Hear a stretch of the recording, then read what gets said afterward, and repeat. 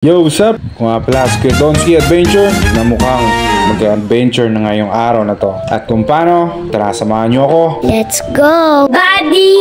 Tara samahan nyo ako at ang aking team. And this is Ayan! AKA Patate Babot and my ate Ayana and also my ate Chal.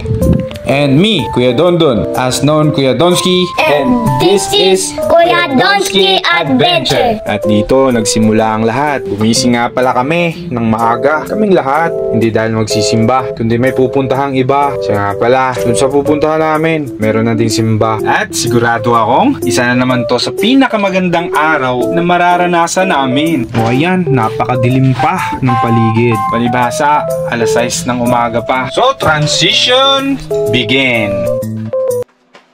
Habang naghahanda, yung asawa ko, mababao namin at ako naman ay naligo na. Habang yung dalawa ay kumakain ng almusal. Nga pala, tamang timelapse lang para hindi mahaba yung video na mapapanood nyo. At pasensya na rin sa kalat dito sa kwarto ko. Sa kwarto namin. At saka pala, piplex ko na lang din pala yung ginawa kong drawer. Ayan o, sa harap nyo. Yung kulay gray na may pintang brown. May 1 taon na rin yan mula nung ginawa ko. Inspired by mahogany and color gray combination.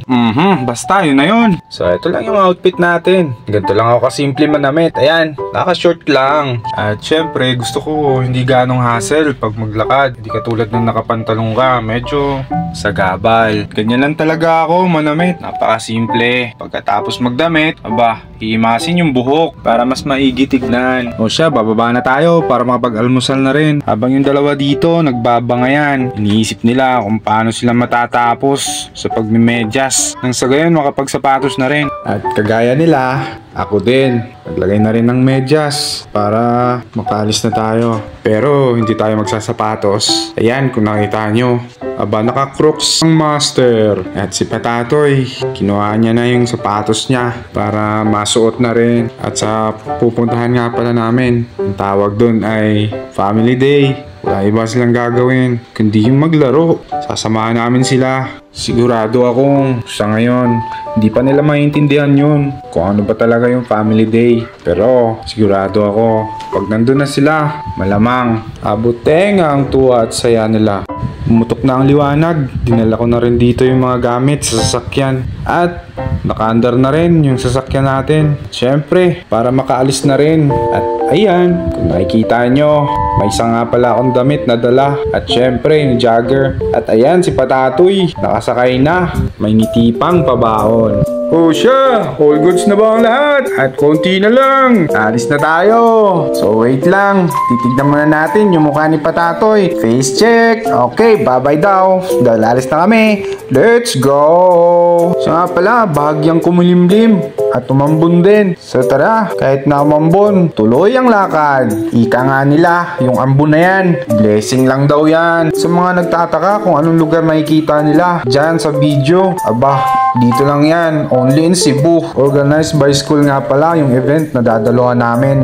Kaya naman pagdating namin dito, marami nang nakaparada. Halos yung daanan, ginawa ng parkingan. Ano ba naman, mula prep hanggang high school, dumalo lahat. Dito lang yan, sa pinapasukan nila Patatoy at Ate Yana na eskwelahan. Walang iba, sa San Roque College di Cebu. At dahan-dahan na tayong naglakad papunta ron. Pinalalagyan nila dahil nauna sila sa akin. Napansin ko sa dami ng tao, kukunti lang pala yung tent, kaya hindi kami nakapag-rent. Napaisip tuloy ako na sana dinala na lang namin yung tent namin. Meron kasi kaming tent nandun sa bahay, naiwan. Di sana kami parang basang sisiw dito sa tabi. At buti na lang, kahit papano, may dala kaming payong. Medyo malaki to, pwede na rin. Dito sa tabi, buti na lang kalaunan, di naman nagtuloy-tuloy yung ulan. Huminto rin, siguro nagsawa. Pero sa dami din ng tao na hindi din nakapag-rent ng tent,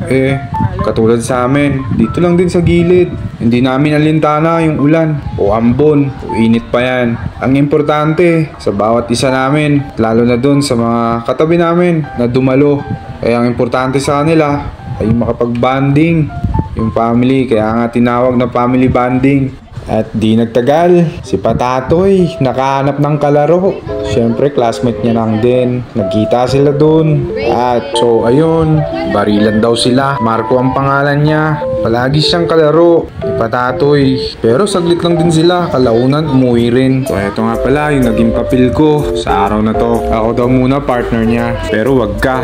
Dahil saglit lang, nakahanap kami ng kalaro, partner niya. So, ayan oh. Di namin pala na itanong kung anong pangalan niya. Ayan, si Batang Red. At dun sa mga naghahanap din ng pagkain, di ka rin magugutom. Dahil dito lang sa gilid-gilid, meron ding nagtitinda ng mga pagkainan. Speaking nga pala, gutom. Hindi din pala kami magugutom dahil may dala kaming pagkain. Natapos yung araw namin dito sa Family Park. At pangalawang destination nga pala namin ay itong mall. May sadya nga pala yung amo namin dito. Kaya kami pumasok. Pero wag ka, ang inaakala nilang tapos na yung mga laro, yung mga habulan ay hindi pa pala. Tignan mo naman yung mukha ni Patatoy nung nakita niya dito sa Playmaze. Playmaze nga pala yung tawag dito sa lugar na to, palaruan ng mga bata. Kita mo naman sa mukha niya yung galak at tuwa. 1 hour nga pala yung oras na napili namin. Pwede rin kahit 5 oras ka pa rito hanggat kaya mo, pero 1 oras lang yung pinili namin. Maya maya lang din ay uwi na kami. At dito, nagsimula ang lahat ng si Patatoy ay hindi na magkamayaw. Pasok doon, pasok dito. At ayan, takbo doon at takbo rito. Akyat doon at akyat dito. Takalain mong pwede din pala ako rito, kaya ang ginawa ko, sumunod ako sa kanya para naman magabayan siya at para din yung dalawa ay ma-enjoy. At para bang sa mga oras na to ako yung naging tatay niya. Bay, kung pwede lang kaso hindi. Malabo mangyari yun. Tao sila, alien ako. Haha, joke. At dito sa pagkakataong ito, naging matapang kami dahil medyo, mataas-taas yung slide. Hindi pwedeng solo si Patatoy. Kaya naman, dalawa kami. So, ayan. Hold on, Patatoy. Kursunada si Patatoy sa pagkakataong ito. Alam nyo naman, kada kasi pumapasok kami sa ganito, laging may slide. Kaya hindi na siya ganun takot. Pero sa lagay na to, medyo mataas. Pero baliwala sa kanya. Tingnan nyo naman yung mukha. Ngiting tagumpay. At dito, sinimula na namin. Tagumpay! Pero may problema. Mukhang sumakas yata yung bewang niya. Alam ko, 5 years old ka pa lang. Ay mukhang 60 years old ka na. Alam nyo, ito lang talaga kaligayahan ng mga bata. Na sila ay mapunta rito. Wala silang ibang iniisip. Hindi maglaro. At kung ako sa inyo, samahan nyo yung mga anak nyo. Mga tatay, portahan yung mga anak nyo sa gantong stage. Kailangan nila ng gabay ng isang magulang na kagaya nyo. Ang nakakalungkot lang kasi na side para kay Patatoy at sa kanyang ate, wala na silang ama, maaga silang iniwan. Sa madaling salita ay patay na. Yup, so tama na ang drama. Let's go! At nagpatuloy sila sa kanilang masayang paglalaro. At ayan, hinahabol ko si Patatoy na kunwari ako yung monster, ako yung enemy, at hinahabol ko siya. Run, Iron Gabe. So, ganun lang ulit yung nangyari. Paikot-ikot, paulit-ulit, hanggang sa pati ako napagod na. Parang ayoko na umakyat, ayoko na bumalik. Ang taas kaya dito. Pero yung batang to, walang kapaguran. Talagang nagpapahabol sa akin. Ayan. At ayun, lalong kumulit.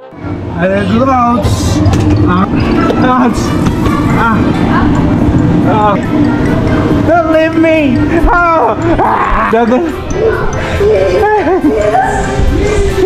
Sa puntong yan, busan talaga ako napagod.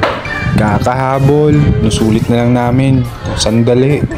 Dahil konti na lang, magwa 1 hour na kami. At sigurado ako, sa 1 hour na yon ay siguradong sulit na sulit para sa amin. At ayan, walang katapusang habulan. At nagkita pa sila ng ate niya. Lay daw sila ulit, kasama na ang ate Chel niya. So ayun,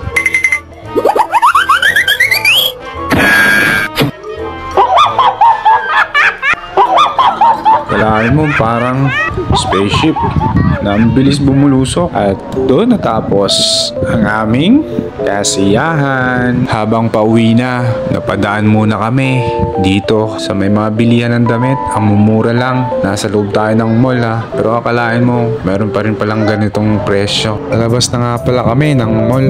At ang pangalan nga pala ng mall na aming pinasukan ay Park Mall. So dito lang po yan sa Cebu. At naisipan namin kumain doon sa green.